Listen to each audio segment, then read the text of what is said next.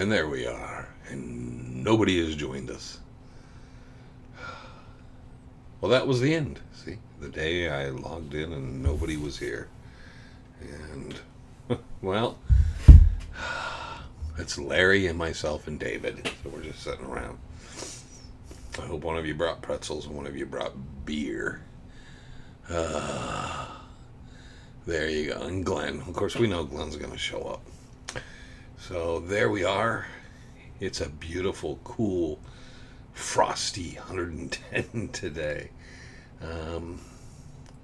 And Larry, no, I did not get but a few drops of rain. It was windy and dusty, and we got nothing last night. So it's been pretty brutal. The humidity is way up, but it's just hot, humid. And we'll see if something comes around this evening. But this 110 degrees, I can see out in the horizon, but nothing out this way. And I had someone tell me earlier down in Southwest area, Buckeye, Goodyear, and all that was pretty much the same. So nothing, saw lots of lightning. Hey Ed, but saw a lot of lightning, and there was some thunder, but it didn't translate into anything. So we'll see what happens this weekend. And I hope the mic's working good. I found an instructional booklet on this microphone, and I made some changes to it, so we'll see how it works now. I don't know. I tried to mount it so we could have it mounted up like here. Like I could have a huge pickle in front of my face. But the female on it doesn't work with the male. For whatever reason, they're different sizes, so I don't know what to think. So I need an adapter. And it said it's universal, but it's a universal mic stand that I use with all my mics and stuff, so I don't really understand. There you go. Oh, and they're saying cooler temps next week. I don't believe them. I don't believe them when they tell me I'm getting rain. I don't believe them for any of it. So I figured it would be really hot today. And it was hot yesterday, and I worked outside in it all day yesterday. And outside of getting tan on my tan, I don't even know if you call it tan, I just brown on my brown. But yeah, it's just ridiculous. So I just had buckets coming off of me yesterday. So bad that I thought I'd kept up on my fluids, and always a word to the wise and warning, but sometimes the heat does its number, and last night I had plenty of calf and leg cramps, and my middle upper back cramped, so I could only find one position to sleep in, so I laid there till 3 in the morning before finally I got up, drank some water, took some Motrin, and that allowed the muscles to relax enough that I fell asleep for a couple hours. But yeah, I thought I was fine yesterday, and I was tired, but yeah, it didn't do the trick. And then later in the evening I woke up and had them bad cramps. So the normal muscle cramps, which are not pleasant, but felt pretty good today. I took it easier, so but that's when I felt it was hot, humid, and I was like, I had other plans, and I said, no, I'm gonna take a rest day, and then tomorrow I'll get back into some of it, because I got a bunch of stuff to do, and it all involves me being outside. So hot here today. AC quit. Yeah, I've had someone else told me their AC had went out, and this is the worst time of the year for it, because it's like the damp oven. Yeah, drink some water, drink something. I see hot. You know, I couldn't bend like that. Thank you, but no, I was walking around a bit like Frankenstein. I almost wanted to sit up. Actually, I did this afternoon. I came in here when I messed with the microphone, and I took the chair, swung it around, put my feet up, leaned back in the chair, and I was told I started to snore, because that was the most comfortable position I'd been in the last 24 hours. So, but that's what happens. It's the heat, it's the humidity. It was doing some work and using some muscles I hadn't used for a while, and that was it. The thing I was always told is get herbal tea and vinegar. Put a teaspoon or a tablespoon of vinegar in the tea and drink that before you go to bed. I didn't do that, but that was an old Vietnam vet friend of mine, Bill Husky, taught me that. And I used to do that, and it used to actually work pretty good. But yeah, I hadn't had that type of cramp in a long, long time. And I knew what it was, and I was like, it's just going to hurt, because no matter how much water I drink at that point, it was going to hurt. And yeah, so I went through that. Now we're talking like old men.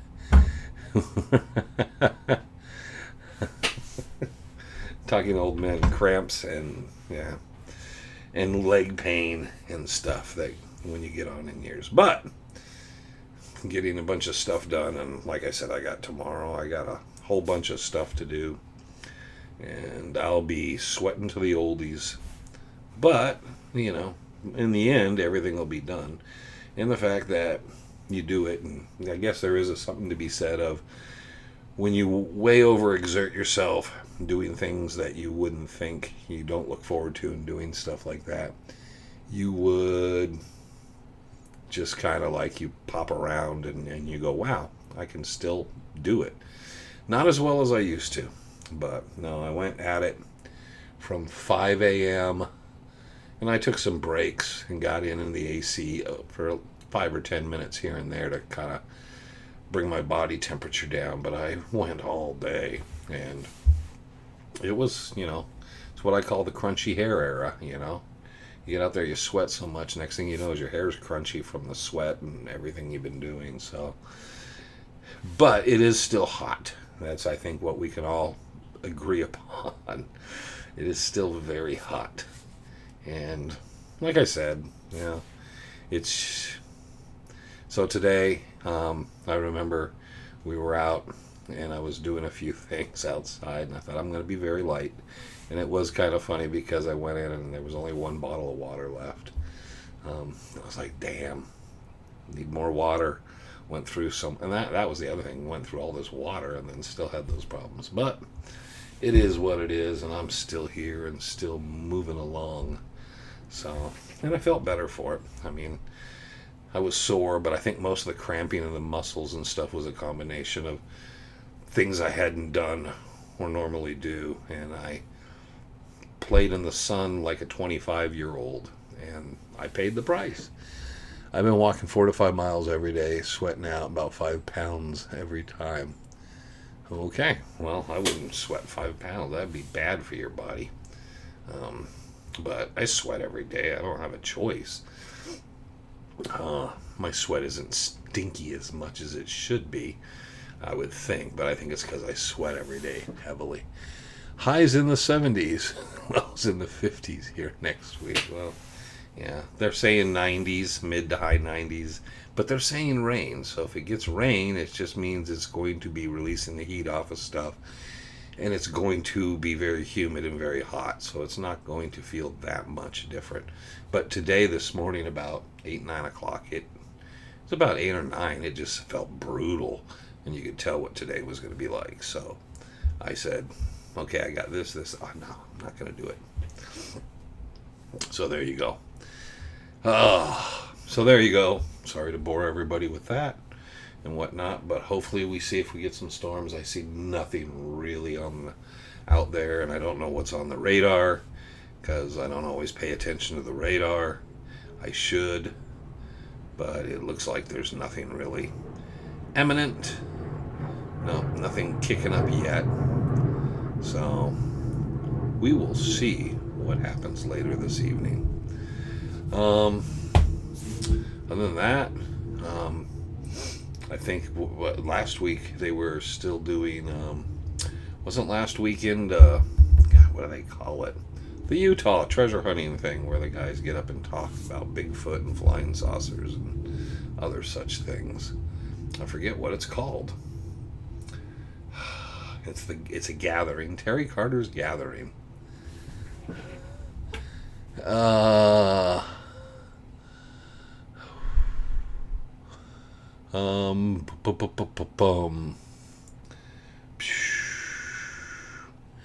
Man, Moon Lake. Thank you, Larry. Moon Lake. Yeah, and I was just looking through their guest presentation stuff, and David was like, Moon Lake. I love Terry to death. I don't know if I could do Moon Lake. Um, but they had their thing up there, and I looked at the guest speaker list, and I was like, oh my. And I was like, oh, I don't know if I might upset people there. So it was near Skinwalker Ranch. It was out in Duchesne. It was in that area. So, but somewhere between, well, it was actually kind of not between, but kind of in the area between Skinwalker Ranch and Blind Frog Ranch. It was out in that area. And yeah, so I hope everything went well there for all of them. And but yeah, I try to catch up on some of that stuff and see some of the interviews Terry posts on people, and I'm like, I don't know. Some of the things I listen to, because I think there might be a side to it, because Terry has a very popular channel, and a lot of people watch his stuff, the interviews he does with people. So I thought, well, there might be some interesting backstories there or things.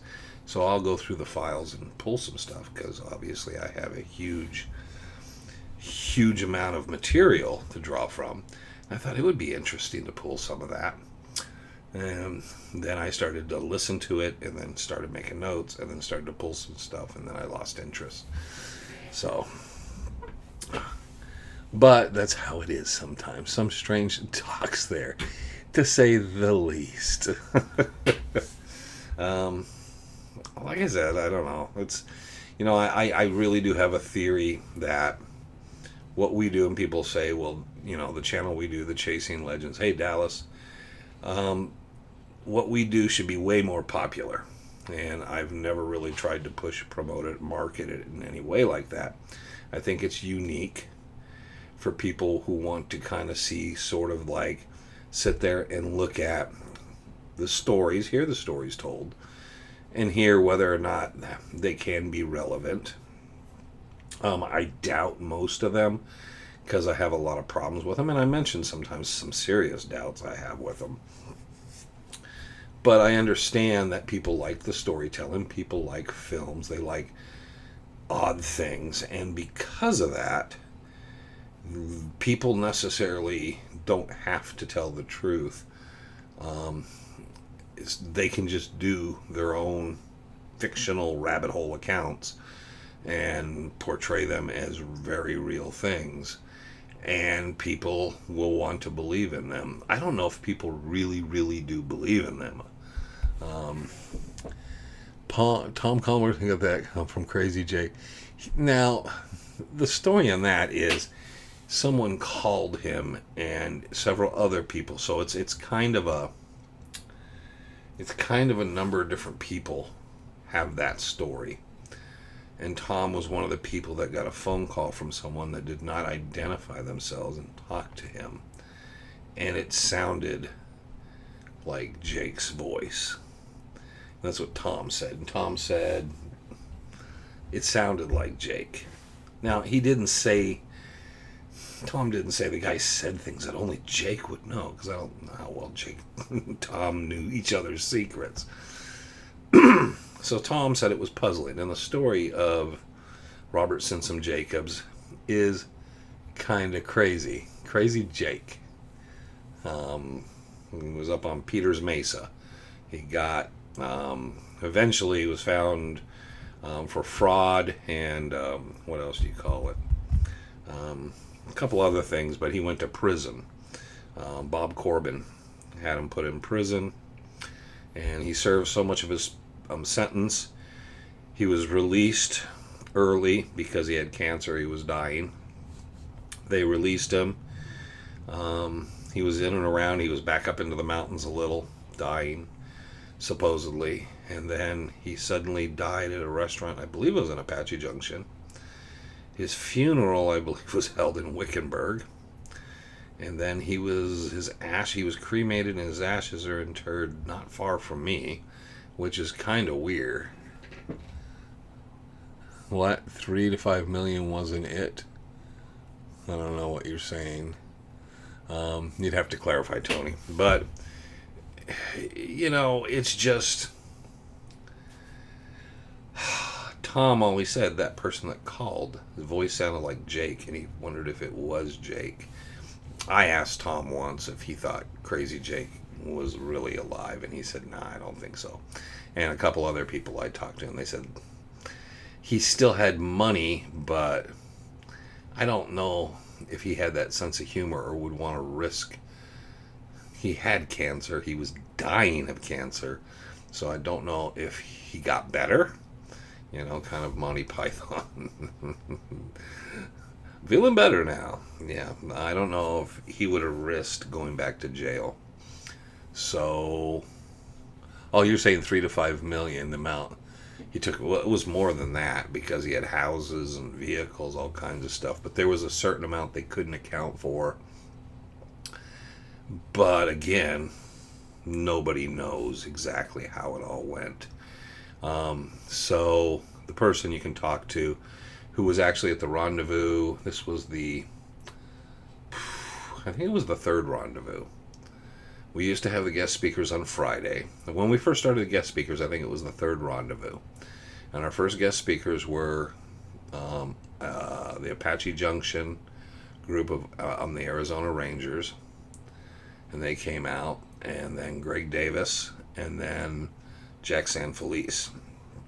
And then Saturday night, we had a campfire talk. And I'm pretty sure it was Jim Wilson who wrote Cracking the Golden Egg. And Bob Corbin talked. And that was more the open forum. Let's just get together in the big Ramada. And anybody who wants to talk on Saturday night. And Bob Corbin talked a lot about the Crazy Jake stuff and all that. So, he probably knew the best and the most. And I think if he thought Jake had kind of swerved him, I think he would have been after him again. But, that was always that. I think it was that little twist to the tale. It is weird. What was it? Was Crazy Jake.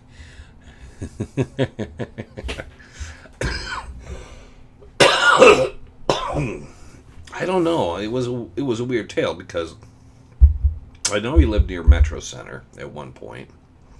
So there was this weird disconnect of he was back in the Superstitions. He died at Apache Junction, had a heart attack or something there at a restaurant, I think it was.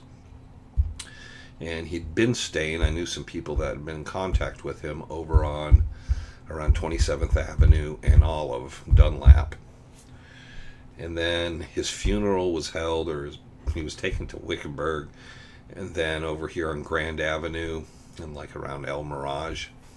That's where he was interred. That's what I read in the documents, and I was like, and I questioned a lot of people. I said, were they shuffling it around so much?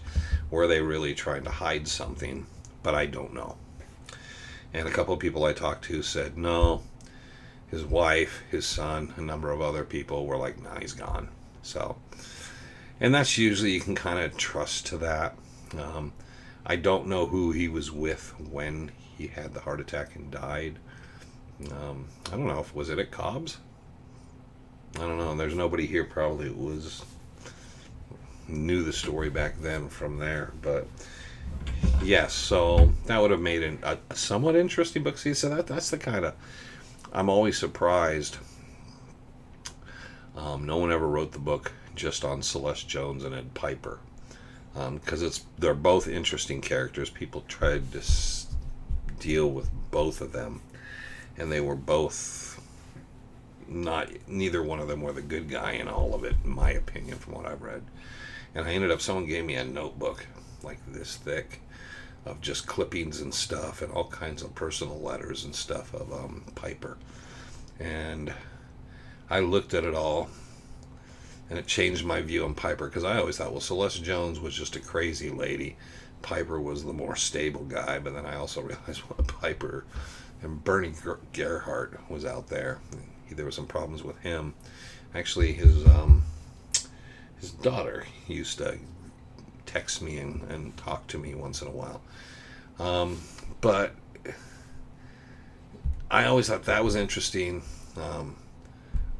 Crazy Jake's story would be an interesting book. But and with Piper and Jones, I don't think there's any reason to be worried about suit. I always thought people might worry about being sued by Robert Jacob Simpson's family because there are family members and children. So I was wondering if people were worried about that. And so I won't say their names and who knows them, but they were around for many, many years after all that stuff.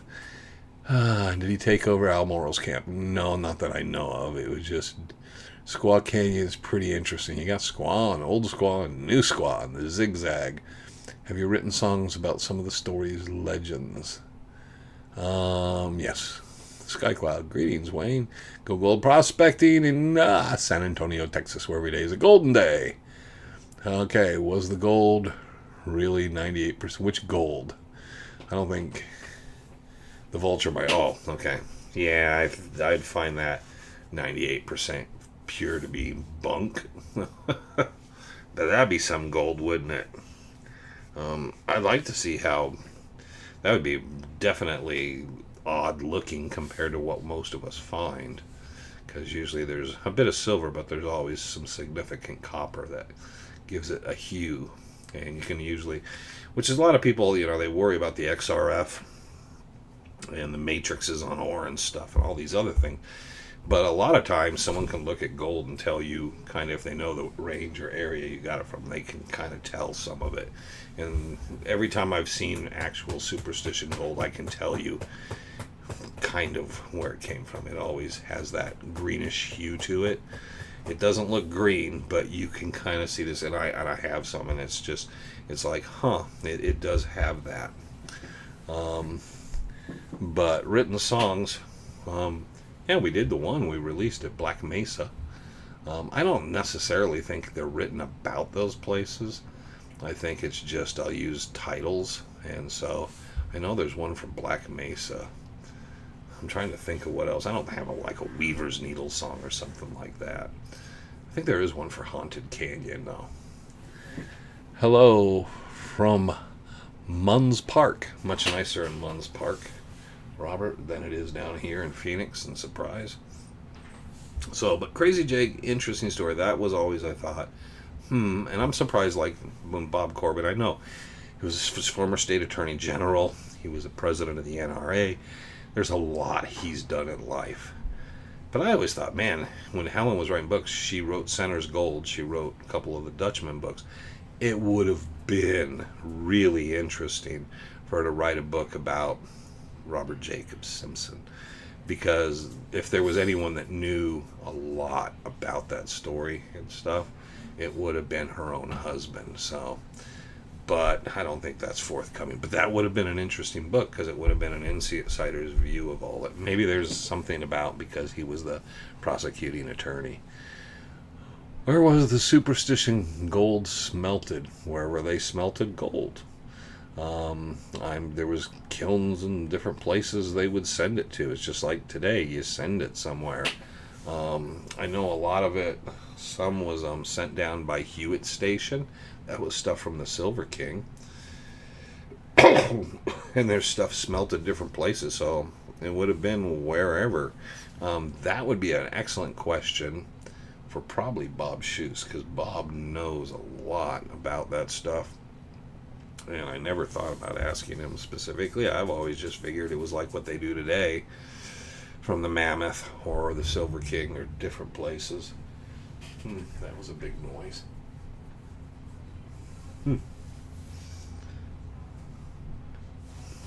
It makes me wonder if my front loader just moved. It sounded like the front loader kicking on. So I'm going to have to check while we're talking. Because, I don't know, my camera would have come on.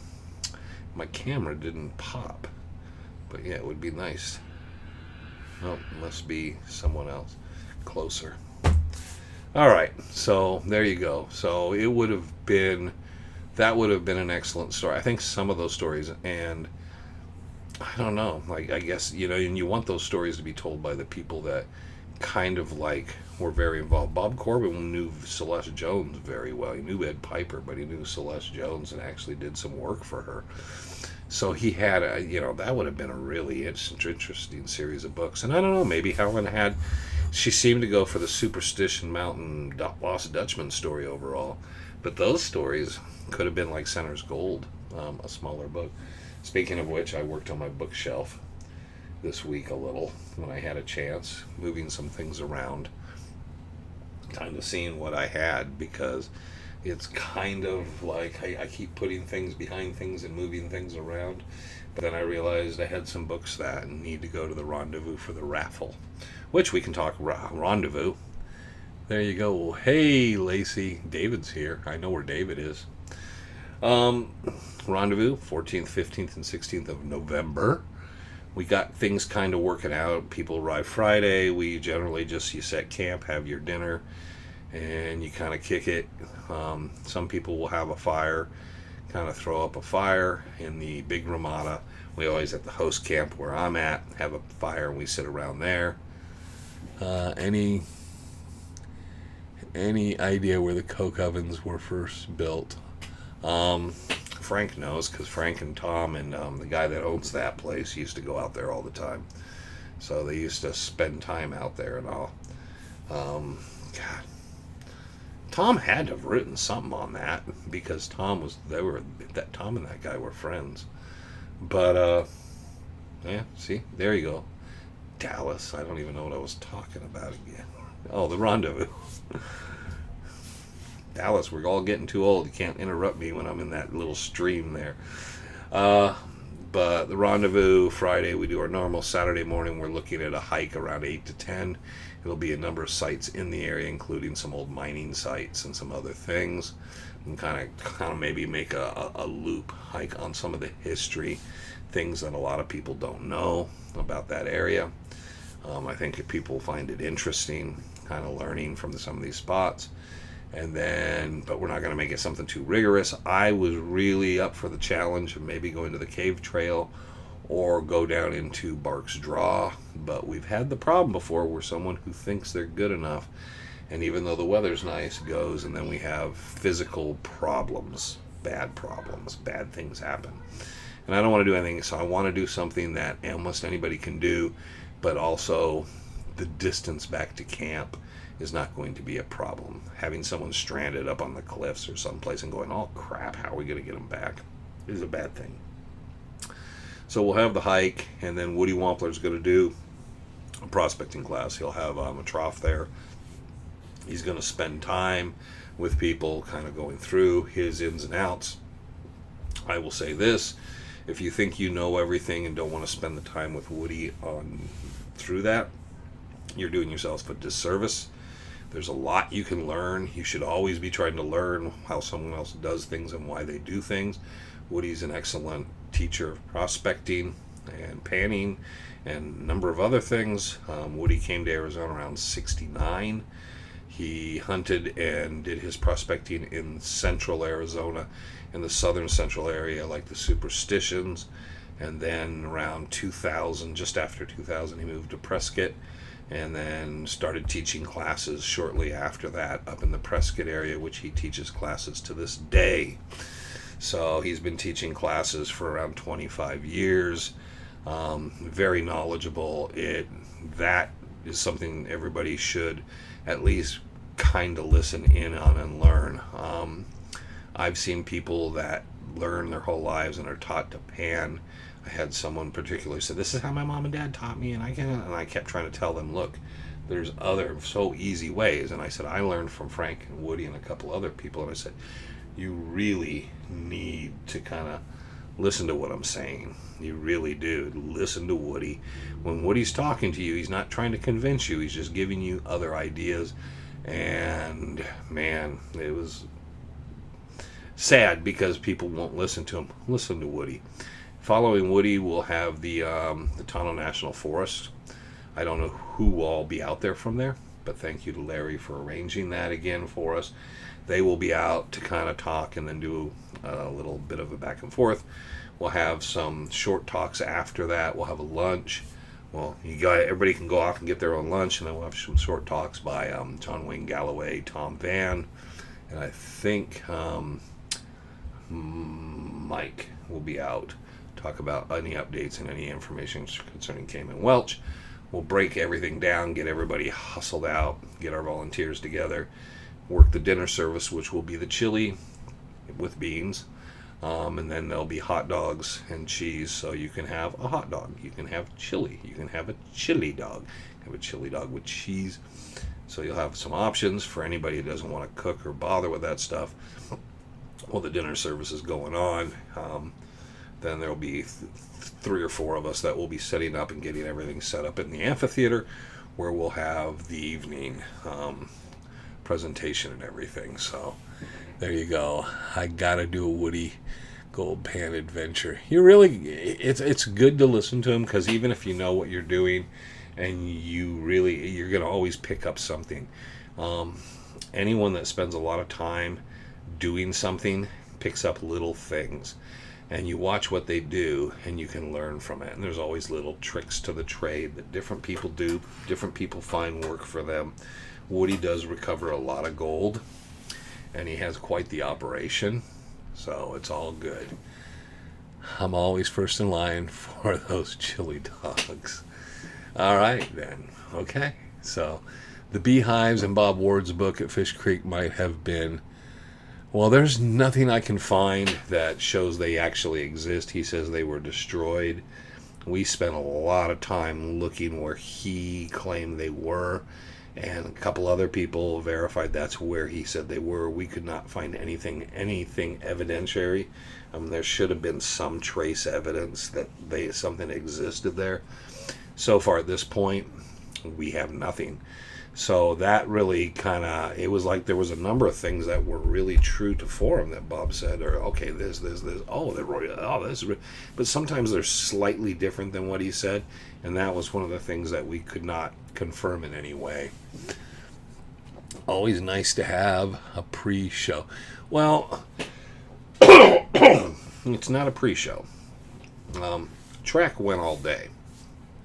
We used to do the hiking thing during the mornings, and then people would do informal, like if they wanted to do a talk, they would walk around and talk to people, and people would gather in smaller groups with different discussions.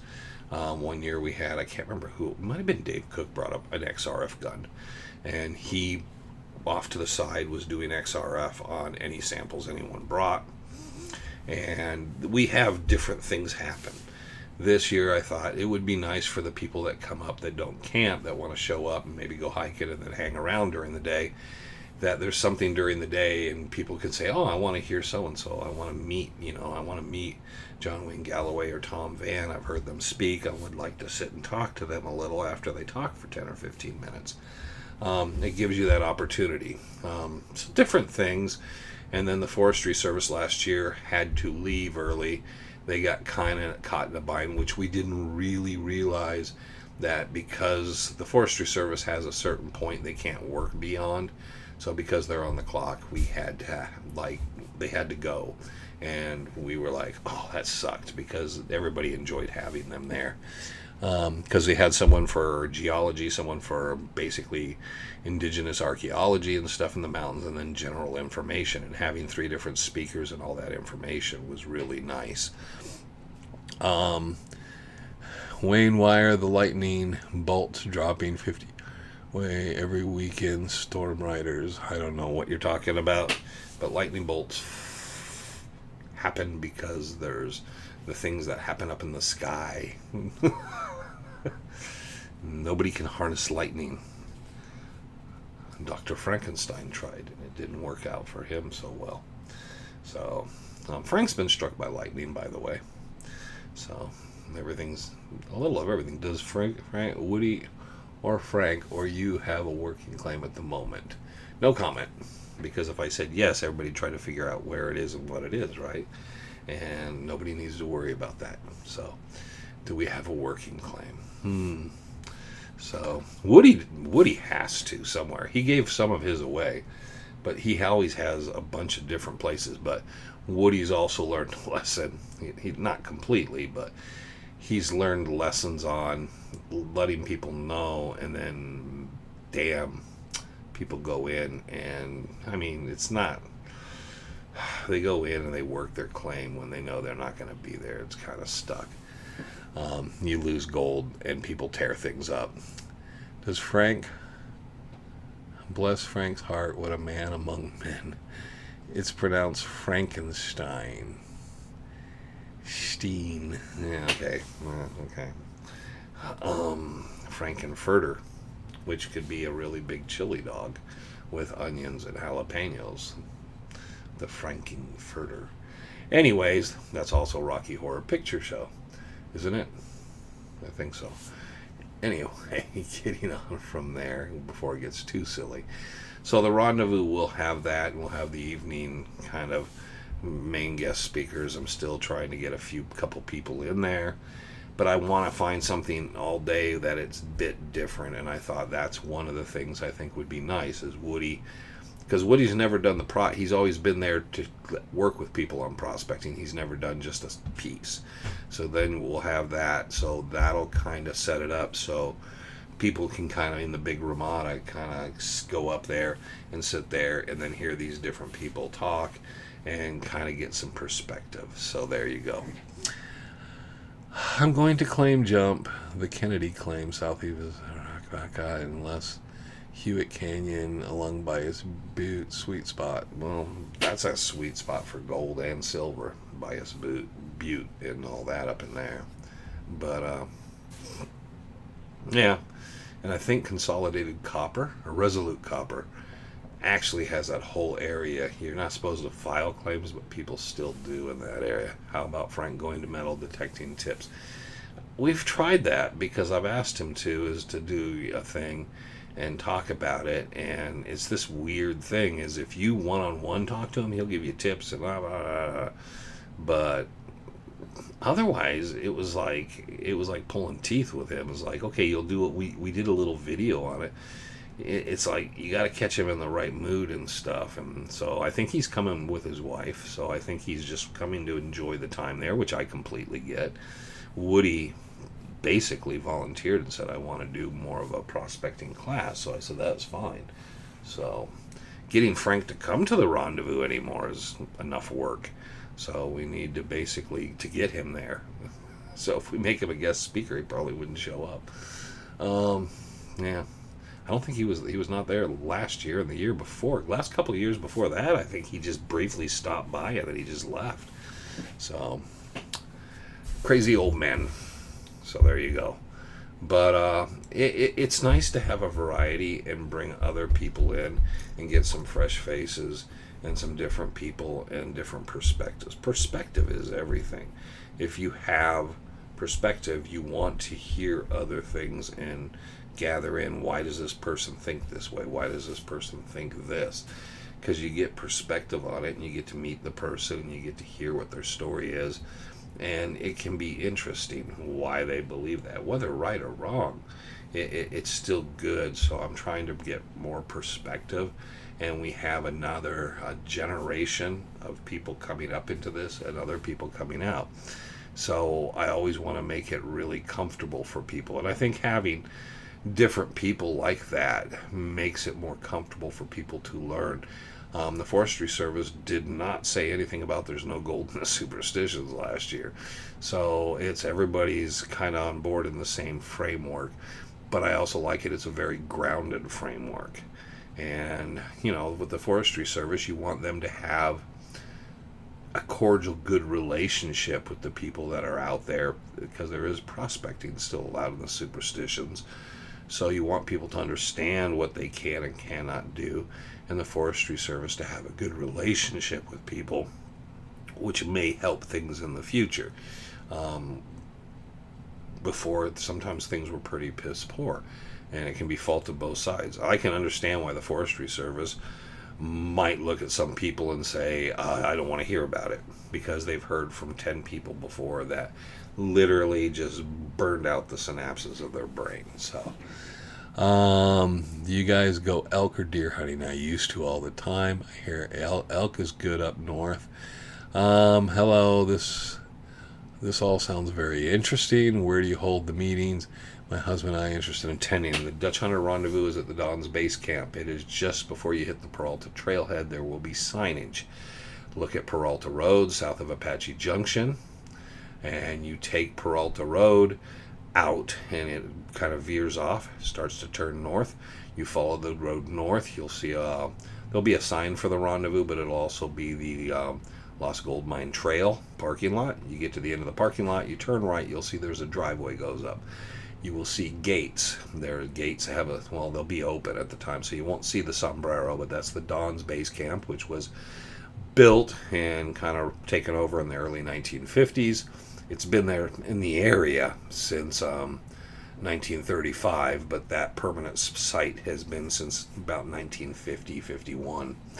And you drive up there. When you get in through the gate, there's a left turn that goes down into the lower camp where you can park, and that's where most everybody will be, and the big ramada. And then if you continue forward over to the left, to your left, past the signage road, you'll see a large amphitheater that holds probably about 2,000 people. And that's where we hold the evening speaker thing. There is no electricity there. There is no water there.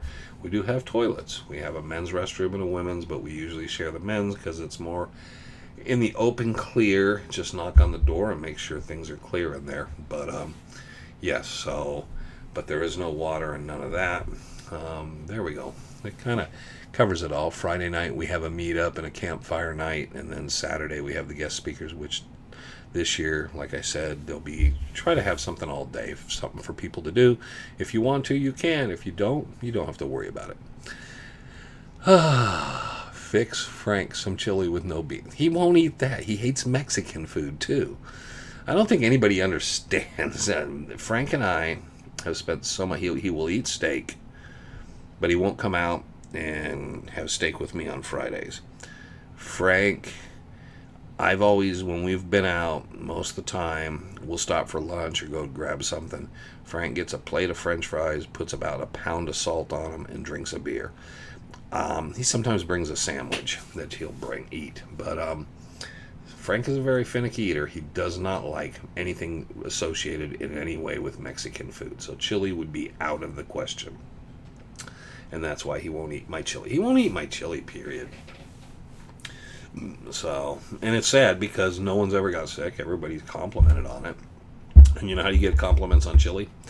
Joe Rubato made the Italian stew for years. Italian stew was awesome, and he made, I think, biscuits with it. And I liked the biscuits. No, he made French toast or garlic toast. It was garlic toast and in the Italian stew. It was called Mama Rubato's Italian stew.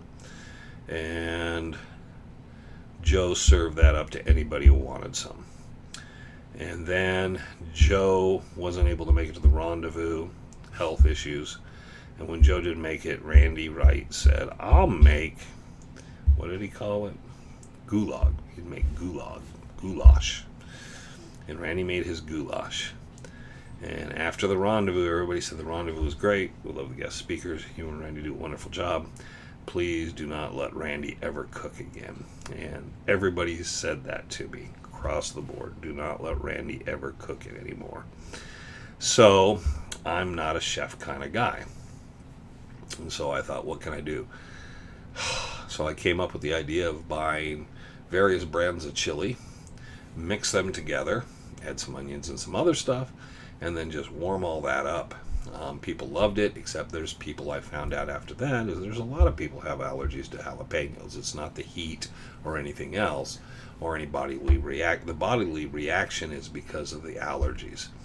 So I made the adjustment, made sure I got everything without jalapenos, which worked out just fine. And then a couple years ago, we realized, you know what, we could just buy a bunch of hot dogs and buns, and if people don't want chili, they could have a hot dog, or they could have a chili dog, or they could just have chili, and it gives people a little variation on that, because I don't have the kind of money to cook everybody a steak.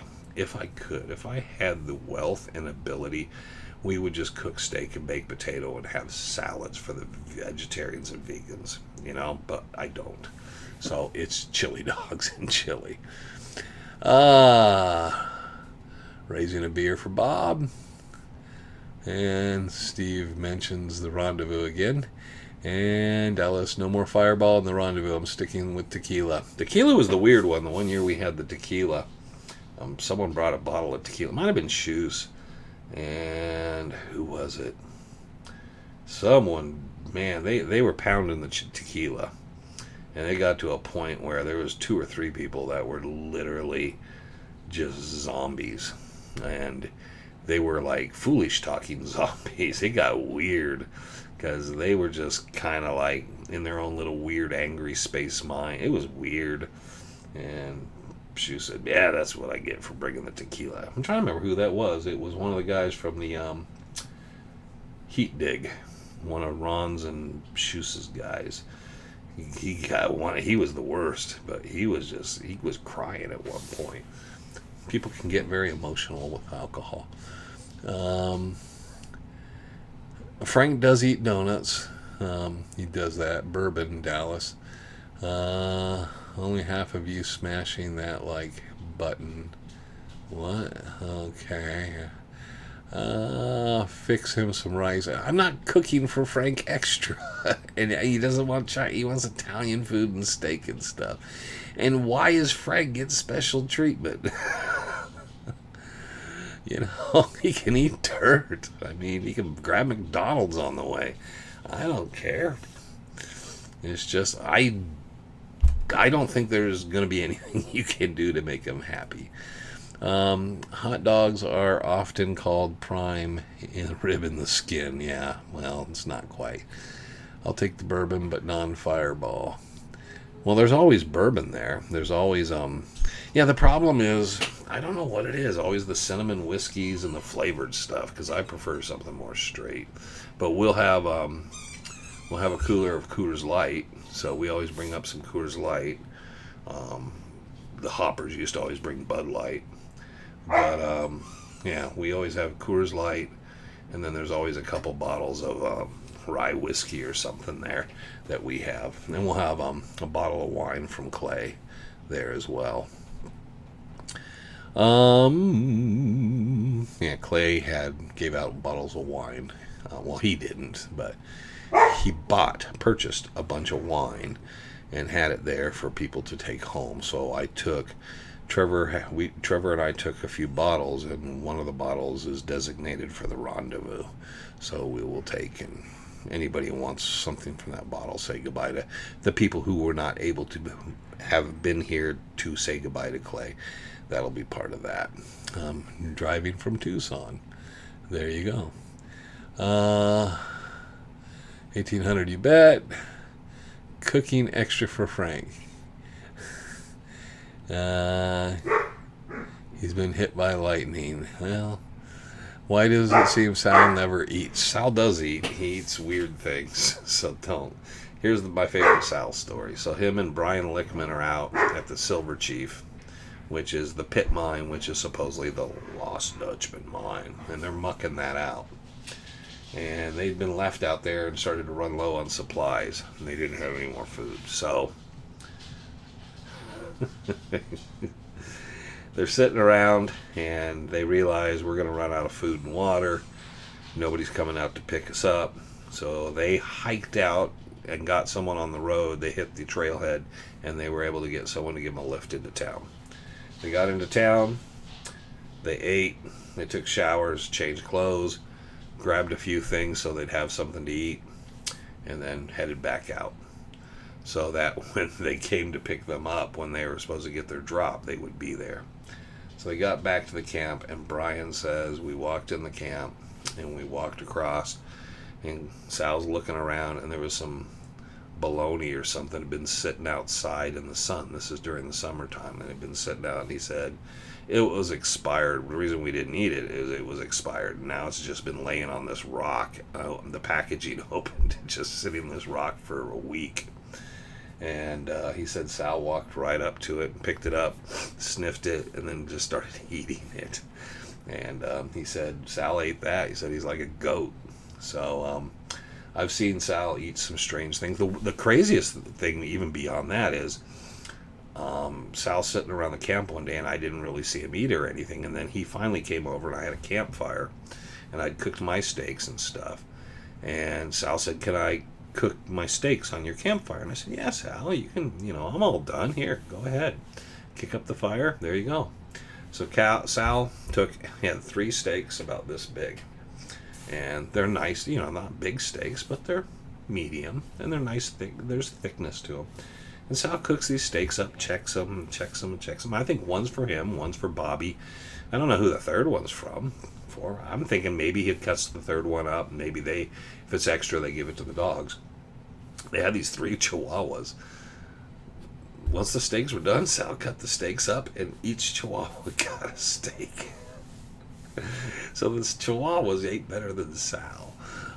I don't know. Like I said, Frank and Sal are so weird. Frank is very picky.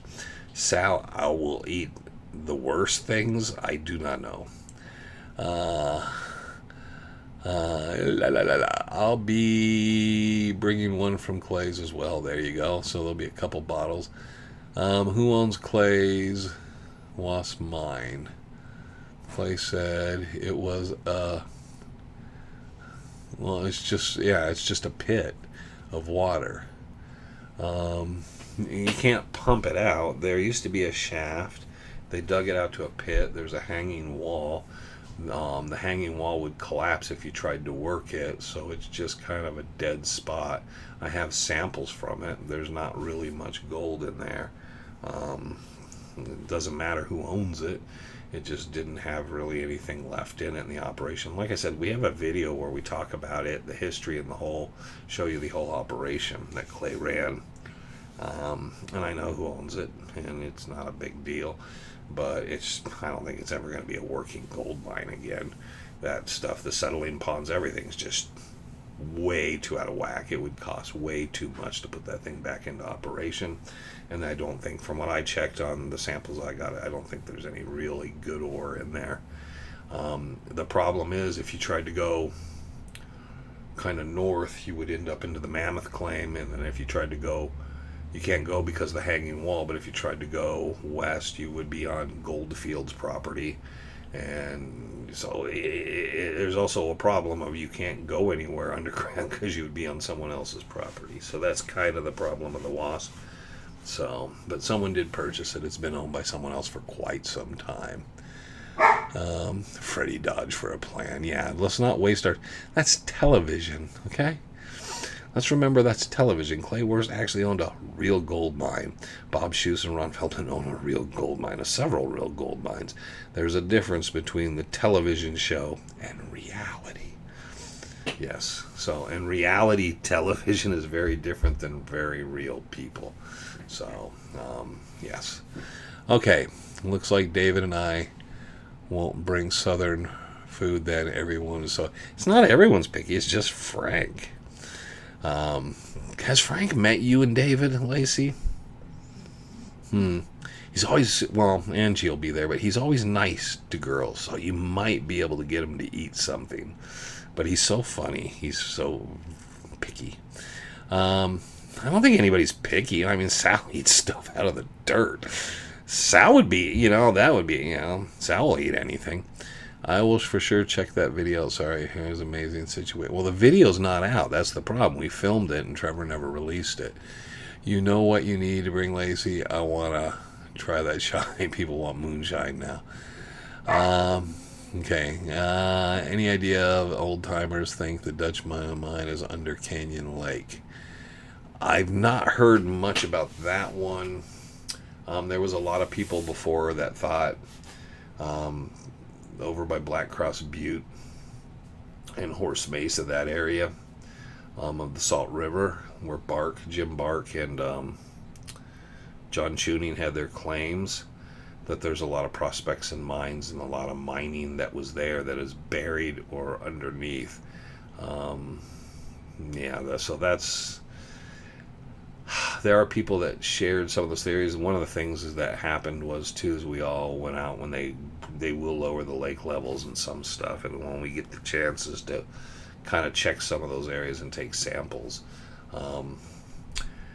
Yeah, I don't think they're going to be under the lake. There was someone told, people always tell that story. Every lake that's man-made or flooded to be bigger, which most lakes are usually flooded to be bigger, there's a town under there and there's a gold mine and all this stuff, and there's always that story. I've heard people talk about stuff. That's why I was very interested. I had someone who was a diver, a Navy diver, and wanted him to go out and investigate, but I was told the water's so dirty and so hard, the visibility's so crappy on the salt in those areas by the dams and stuff that you're not really going to get anything. I've had a couple stories I talked about of people saying there might have been stuff. That's where they say there was possibly the Apache had caves along there. They stashed stuff. So I don't know. I hear wisps of things. But again, it's like I go through all the stories and I want to know, like, yeah, but was there anything, is there a valid site? Because I always want to go to the valid site. And someone gave me one once, and I went back and I felt like I bought all the maritime maps you can get for the lakes. And I made sure I marked where they were telling me on the topo maps, on the maritime maps, and I checked everything. And then I went out and checked some of those sites, and there was absolutely nothing there. Remotely like what they said. And I was like, okay, were they just telling me stories? Or was there something somewhere else and they just didn't want to tell me where it is? I don't know.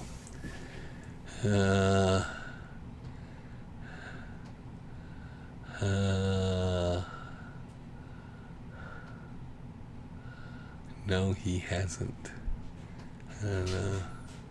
Okay, so yeah, Frank would like you, Lacey. He'd probably be fine with David, but he'd like you. He's always very nice to the ladies. He's always very polite and nice. If he gets to know you too well, then he becomes a smartass. But no, Frank's very much a gentleman for the most part. Never met Frank. Yeah, so hopefully this year, he's claiming he's going to be there, and I talked to him, and he says he's going to be there. When they drained the water for some years, yeah, we went out that way and we looked. Greg Davis, myself, a bunch of different people went out a bunch of different times. And when they did Apache, and we did that. And we found a lot of black sand and stuff, but that doesn't mean there's gold just because there's black sand. And we didn't find really anything of relevance. Woody probably would have been a good person to know at that time, because I'm trying to think, that's before the TV show when they drained that down. And I mean, it was crazy drained down. And Woody would have probably been able to point some, but I didn't know Woody at that point. There is a hidden mine. Okay. Is that area for everyone's favorite White Mountains? There is a White Mountains. I don't know what you're saying. Do y'all put beef or pork in your homemade pinto beans? Do y'all? Yeah, sometimes there's beef, sometimes there's pork. It depends. There's always meat in the beans. Frank hates these kind of discussions. If he's here right now, he just clicked off because we're talking beans again. I grew up, and I don't understand, but I grew up in a family that we always ate beans because most of our parents and their parents were poor. And even if they weren't poor, that was a staple. And cornbread and beans and bread and beans was a big deal. My dad loved pots of beans. We always had beans, and it was pinto beans, and it was kidney beans, and it was lima beans, and it was baked beans, and it was beans. And so I grew up on beans, and Frank refers to me always as a beaner because I eat a lot of beans. But I like beans, and there's always meat in the beans. So, I don't know. Do not know. I think everybody eats different things in beans. So there you go. So there's the barbecued beans with beef in it. And yeah, I'm not having beans tonight. It's pizza night. But I've had beans a couple times this week. Yeah, and there's beans. You put your beans in your burritos. Refried beans are good. Great night as always. Oh, it must be time to go. Ed's going, saying, get out of here. Campfire scene in Blazing Saddles. Cornbread and soup beans, love them. Yeah, cornbread and beans is good, man. And cornbread and chili is good, and chili with beans is good. I prefer chili with beans to chili without beans, but it's, it's just, it sticks to your gut better. All right, yeah, it's pizza time again. They're making homemade pizza, so they're baking that up. So everybody check out Chasing Legends on Monday. I don't know what the story will be. I've got several files sitting over here. Last question. Okay, Dallas, that dam comes to the back of the Batcave, okay? Was it really there?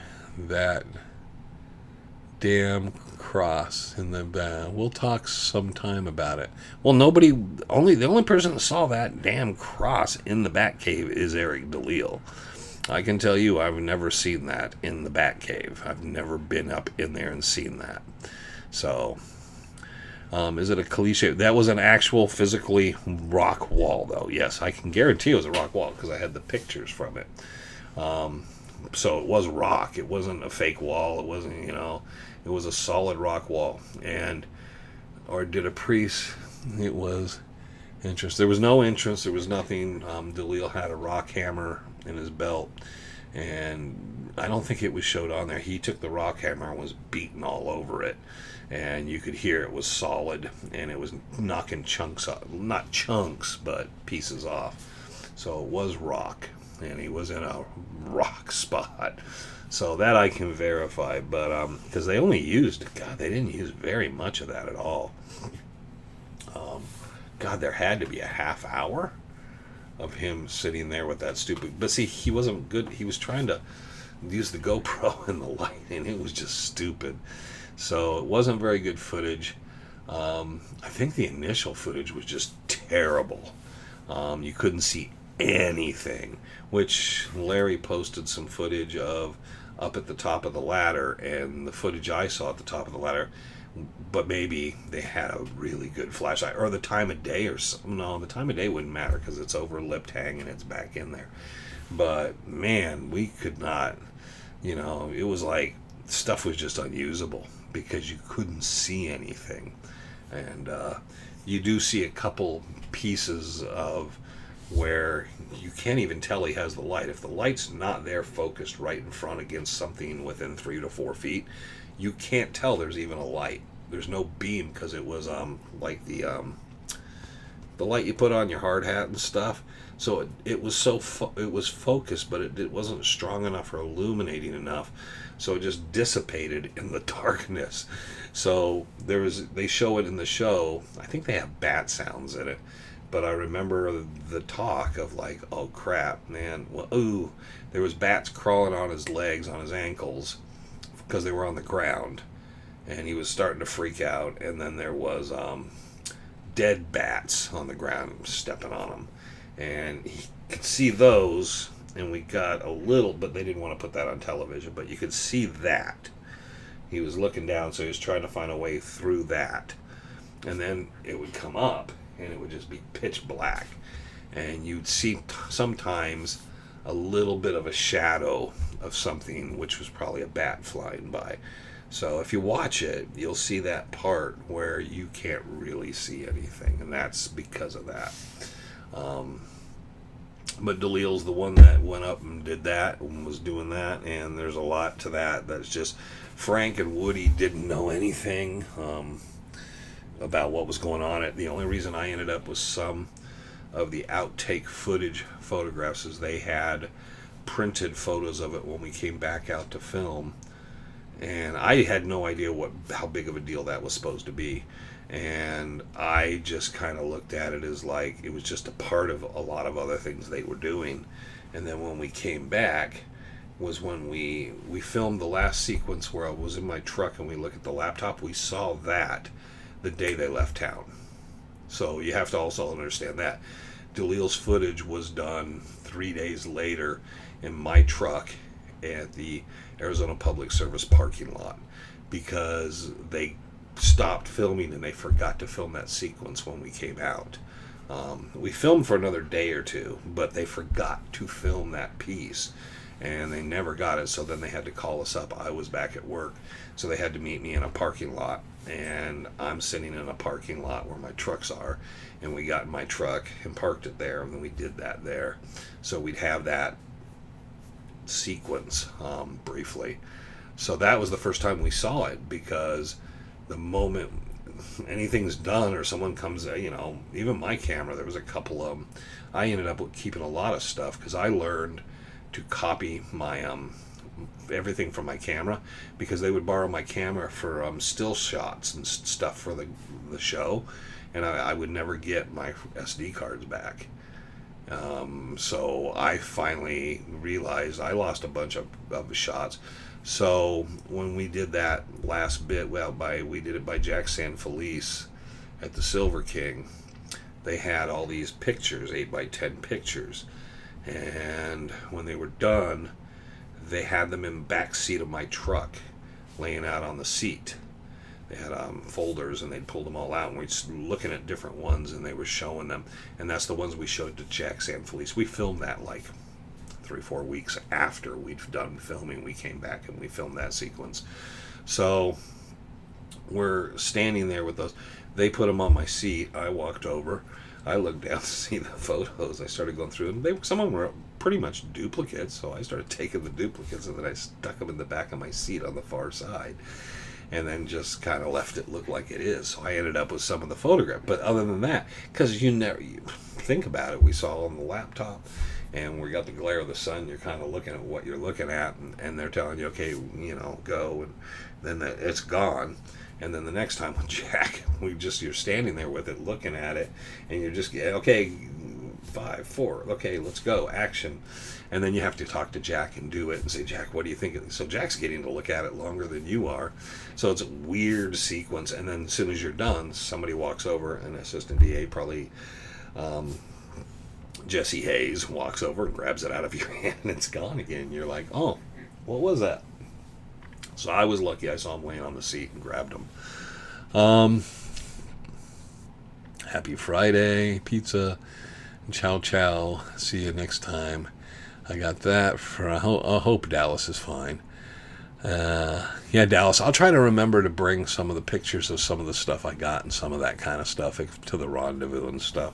I got to go through, because, like I said, I don't think anyone on the TV show snapped photos, except for even the production company didn't. They took pictures to make sure we were wearing the same clothes day to day. They would do what do you call them? Polaroids.